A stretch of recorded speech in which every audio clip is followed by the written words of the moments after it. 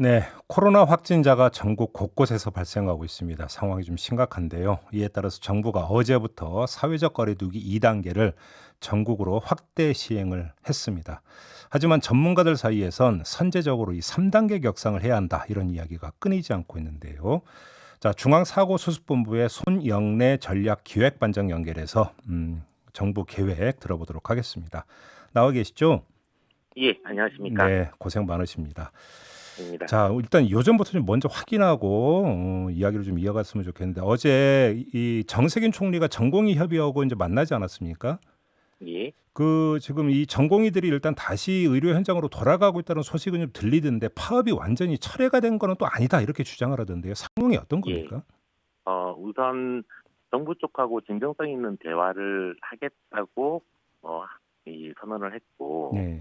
이제 그에 대해서 우선 코로나19 진료에 필요한 인력들은 복귀를 시키겠다라고 하였습니다. 아, 그러니까 코로나19 예를 들어서 병동에서 근무를 해야 되는 사람들로 한정이 된다는 이야기인가요, 그러면? 예, 아마 선별진료소에서 이제 검사를 하는 의료 인력 쪽이나 네. 아니면 코로나 환자를 치료하는 병동에 근무해야 되는 인력 정도는 복귀를 시키겠다라고 지금 발표를 한 바 있습니다. 그럼 이제 다른 전공의들은 이제 파업을 계속 하는 거고요.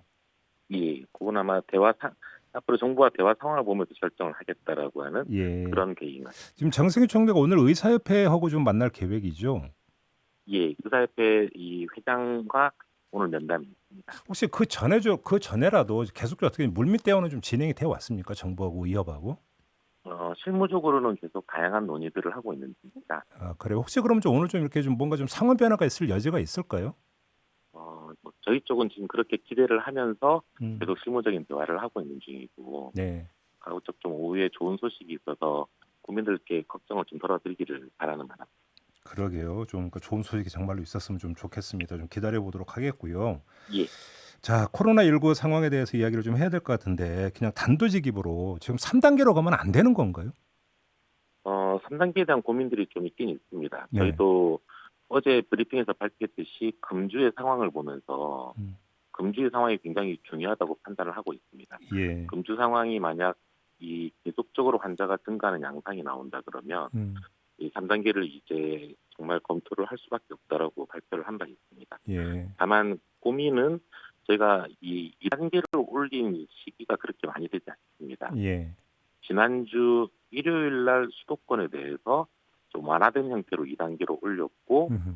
본격적으로 2단계를 적용하기 시작한 게 죄송합니다. 지난주 일요일 날 좀 완화된 형태로 올렸었고 예, 예. 본격적으로 시행을 하기 시작한 게 수요일입니다. 음흠. 이 보통 사회적 거리두기는 예전에는 한 2주 정도가 걸려 효과가 나온다고 봤었는데 예, 네. 최근에는 이 코로나의 이 세대기도 좀 짧아지고 그러고 있어서 음. 대략 한 1주 정도 뒤부터 효과가 나올 걸로 기대는 하고 있습니다. 네. 이제 그런 기대 효과가 나오는데 사실 지난주 수요일부터 수도권이 본격적으로 시행을 했던 거라서 음. 금주에 이 효과가 어떻게 나오는지를 좀 확인할 이 변수들이 하나가 있습니다. 네. 예, 그리고 3단계가 워낙 국민들의 생업에 큰 지장을 주기 때문에 음흠. 저희가 3단계를 적용하게 되면 이 생필품의 구매나 음식을 드시는 정도를 제외한 그리고 이제 기업과 공공기관을 운영하는 데 필요한 부문을 제외하고는 거의 다 문을 닫게 한다고 보시면 됩니다. 그렇죠. 예. 예, 주변에 이용해야 되는 목욕탕이라든지 음. 아니면 각종 이 생활 편의시설 중에서 문화적 계열들은 다 문을 닫게끔 하는 굉장히 광대한 조치다 보니까 네. 아무래도 생업에 종사하시는 분들의 이 타격이 클 겁니다. 그러니까 그리고 또 역시 하나, 예, 예, 경제가 이제 그러니까 가장 큰 고민거리다, 이런 거죠, 정부 예, 입장에서는. 경제도 그렇고 방역적으로 좀 고민이 예. 이 3단계는 외국의 사례를 봐도 무한정 지속하기는 좀 힘듭니다. 아. 하게 된다 그러면 일정 기간 이상 집중력 있게 하고 음. 계속 유지는 할 수 없다라고 하는 게 보통 외국에서의 경험들인데요. 예. 그렇다 보니까 사실은 가장 필요한 중요한 시기에 3단계를 들어가야 되는 그런 시기의 선택에 좀 딜레마들이 있습니다. 아, 타이밍이 있다라는 말씀이시네요. 예, 그러면. 그러면 지금은 어떤 심리적으로나 사회적으로나, 그러니까 비유하자면 예열 단계는 꼭 거쳐야 된다, 이런 걸로 이해를 하면 되는 겁니까? 예. 그리고 3단계 자체에도 준비가 저희가 좀 필요합니다. 예. 3단계를 저희 사회가 한 번도 해본 적이 없기 때문에 예. 금주부터 저희가 준비에 본격적으로 착수한다고 선언을 드렸던 이유는 음. 어떤 시설들이 문을 닫는지 네. 그리고 그 시설에 종사하시는 분들이 그걸 인지하고 있어야 될 거고요. 그렇죠. 각 부처라든지 지자체도 거기에 대해서 사전에 준비가 되어 있어야지 음흠. 짧은 기간 동안 집중 있게 이 효과를 발휘할 수가 있습니다. 예.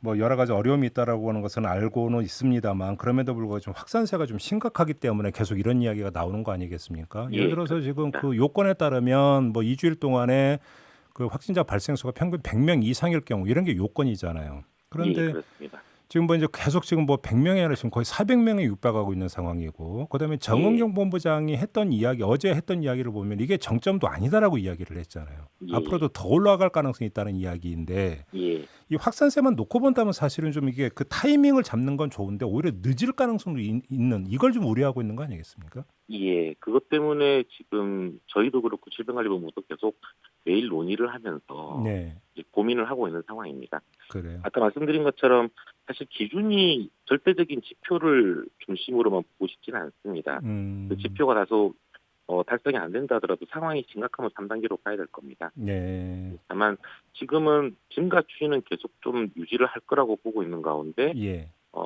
사회적 거리두기를 시행했던 2단계 조치의 효과가 어떻게 나올 것이냐. 예, 그리고 또 하나 이 사랑제일교회와 광화문 집회발 확진자들을 음, 1차 웨이브를 지금 거의 끝내고 있는 단계이기 때문에 그렇죠. 이제 예, 문제는 여기에서 파생되는 2차 웨이브의 규모와 크기가 어느 정도로 형성될 거냐. 어허, 이런 것들을 좀 종합적으로 판단하면서 예. 현재 이 부분들을 여기서 끊어줘야지 가장 효과적일지 아니면 좀 더 봤다가 끊어야 될지 이런 것들에 대한 판단들이 지금 중요한 상황입니다. 지금 1차 웨이브를 말씀하신 게 그러니까 보통 이제 그 평균 잠복 기간을 5.2일로 잡고 있기 때문에 그러니까 예, 15일에 광복절 이제 집회가 있었던 거고 그러면 예, 22일 그 이후에 어떤 그 추이를 그러니까 보는 게 중요하다 이런 말씀이신 거죠? 예. 광복절 집회에 참석하셨던 분들은 아마 지난 금요일부터 시작해서 네. 오늘 내일 정도까지 증상 대비 최고도로 아마 발현되기 시작하실 겁니다. 그래서 그 음, 부분들은 검사를 증상이 있어서 받으러 오시는 분들의 경우에는 우선 음. 확인들이 쭉 될 거고 예, 예. 실제 매일마다 2, 30명씩 저희가 발견을 하고 있는 중입니다. 예, 음, 그래서 근데 이제 그분들이 한번 끝났다 하더라도 그분들로 인한 또 다른 지역사회 집단 감염들이 발생할 거기 때문에 예, 예. 그 상황을 함께 좀 분석하면서 연구해둬야 그러니까 된다는 이제 겁니다. 그 평균 잠복 기간이 이미 지났고 그럼 이것이 이제 예, N차 감염이 그러니까 대규모로 나오는가 안 나오느냐 이게 이제 관건이라는 말씀이시네요, 예, 정리하면. 그렇습니다. 앞서 저희가 이제 다른 코너에서 잠깐 이야기를 하다가 나왔던 이야기가 하나가 지금 한 달 뒤면 추석 아니겠습니까? 예, 이제 추석 때 어떤 민족 대이동이 있게 될 텐데 지금 그 방역 당국에서도 이 문제에 대해서 뭐 대책이라든지 이런 것들을 검토를 하고 있습니까? 예, 함께 검토하고 있습니다. 현재 이 상황 자체가 어떤 유행 곡선을 그릴 건지에 따라서 예, 이제 추석의 경우에는 상당히 대규모의 인구 이동이 발생하기 때문에 그렇죠. 예. 그 인구 이동에 대해서 자제 권고나 음, 이런 메시지들을 내야 될 것이냐 말 것이냐 아 그러면 하는 부분. 필요하다면 추석 때라도 이동 자제 공고가 나올 수 있는 겁니까 그러면 예, 그러니까 상황에 상황에 따라서? 따라서는 그럴 수도 있습니다. 지금 그것까지 사회적 거리두기를 좀 강하게 실천해 주시면 네, 추석 전에 가장 희망컨대는 추석 전에 지금 현재 이 증가 확산 경향을 제어하고 음흠. 다시 예전처럼 좀 안정적으로 방역만 해서 통제하고 있는 상태로 예, 억제하는 길로 가는 걸 지금 기대하고 있는 중이고요. 예.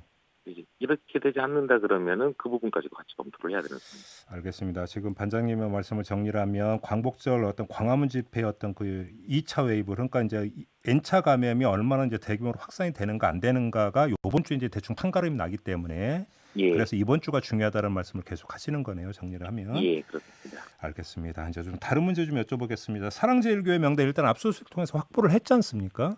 예, 그다음에 지금 이제 그 추적이라든지 검사가 제대로 되고 있는지가 궁금한데요. 사랑제일교회 쪽은 지금 저희가 압수수색을 해서 예. 명부들을 좀 몇 개를 구했습니다. 네네. 그래서 그 명부들에 대해서는 이제 기존에 가지고 있던 제가 한 4,000명 정도 되는 명부와 대조를 하면서 네. 거기에서 좀 추가적으로 나오는 명부들이 있는지를 지금 보고 있습니다. 음흠. 그리고 보안계 특히 그 방문자 명부도 좀 같이 구해서 네. 방문자 명부 또는 이제 새로운 신자로 등록하신 분들의 카드들 이런 자료들이 지금 나오고 있어서 예. 그 부분들을 빨리 분석해서 각 시도로 통보하고 시도에서 개별적으로 연락 검사를 받도록 지금 하고 있는 상태입니다. 알겠습니다. 사랑제일교회 쪽은 연락이 두절되고 계신 분 한 500여 분 정도를 제외하고는 네. 1차 확보한 명단에서의 검사는 끝난 상태고요. 아, 그래요. 예. 아마 이제 알겠습니다. 아직 연락이 좀 두절된 분들이 계시니까 그 부분들은 경찰청 협조하에서 그 규모가 어느 정도 됩니까? 아직도 연락이 안 되고 있는 사람들은? 한 500여 명 정도로 추정하고 있습니다. 지금. 그래요. 예. 예. 그 지금 사랑제일교회 쪽 변호사가 주장한 내용을 보면 그 가운데 하나가 예. 사랑제일교회발 확진자 수 있지 않습니까? 예. 이게 과학적으로 검증되지 않은 방식으로 확진자 수를 지금 그러니까 발표를 해서 오히려 국민들에게 겁을 주고 협박을 하고 있다 이런 식으로 주장을 하던데요. 어떤 말씀 주시겠습니까? 글쎄요. 일단 사랑제일교회 신도들 중에서 교인들 중에서 분명히 나온 확진자분들이 800명이 넘습니다. 지금 예. 841분 정도가 나오고 있고 예. 이제 이분들을 다시 역학조사를 하는 가운데에서 한 21군데에서 새로운 감염들이 발생하면서 지금 112명 정도의 추가 확진자들이 확인이 된 게 어제까지의 상황이었습니다. 예. 예, 그런 상황이다 보니까 사실은 저희 방역당국으로서는 841명의 확진자가 나왔다고 하면 무증상자가 30% 정도를 점유한다고 하더라도 한 500명 정도가 사실은 증상이 있었을 것으로 보이고 있습니다. 예. 그러니까 이제 그 예배를 하실 때 그러면 수많은 사람들이 증상들이 있었을 건데, 그러니까 그거를 왜 코로나로 좀 의심을 하고 좀 조기에 검사를 먼저 스스로 받으셨으면 예.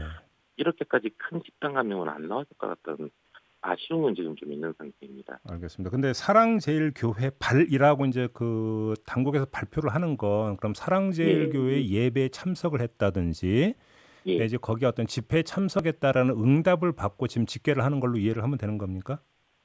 일단 신도를 확인하면서 들어가고 있다고 보시면 됩니다. 네. 신도 중에서 확진자가 843분이라는 거고요. 네. 예. 그리고 신도와 상관없이 그 신도들이 계신 직장이라든지 네. 가정 내에서 새로운 확진이 나왔던 분들이 112명이라고 보시면 됩니다. 알겠습니다. 좀 요걸 좀 여쭤볼게요. 지금 그 일부 보도에 따르면 어떤 특정 단톡방, 뭐 예를 들어서 북한 이탈 주민의 인권 운동을 표방하는 단체 관계자를 비롯해 약 400여 명이 참여하고 있는 카톡방에서는 뭐 어떤 이야기까지 나오고 있냐면 소금물 또는 식초로 각을 하면 코로나19 바이러스가 제거된다. 그다음에 코로나19는 독감 수준이라면서 문재인 대통령이 공포 정치를 하고 있다. 뭐 이런 식으로 이야기가 돌고 있다고 하는데 예. 국민들께 어떤 말씀 주실지는 궁금합니다. 예. 일단 과학적으로 검증되지 않은 정보들은 상당히 위험합니다. 네. 그래서 이 코로나19에 대해서는 우선 정보를 좀 확인하실 때 네. 확실하게 좀 주요 언론에서 보도된 검증을 거친 정보인지를 확인하시는 게 중요할 것 같습니다. 예. 그리고 두 번째로 이 방역 당국에서 발표하고 말씀드리는 부분들은 사실은 그 부분들을 거짓으로 바꾸거나 사실이 아닌 부분을 말할 수 없는 구조를 가지고 있습니다. 네. 저희가 방역 당국이지만 수많은 사람들로 구성되어 있는 수많은 조직체이기 때문에 그렇죠. 예. 그 부분들에 일사불란하게 전부 거짓말을 하지 않고서는 거짓말이 가능하지 않은 구조입니다. 이 구조는. 네. 저희 말을 좀 신뢰해 주시고 네. 그런 부분들에 대해서는 좀 적극 협조해 주시기를 당부드립니다. 알겠습니다. 자, 오늘 말씀 여기까지 들을게요. 고맙습니다. 예, 고맙습니다. 네, 지금까지 중앙사고수습본부의 손영래 전략기획반장이었습니다.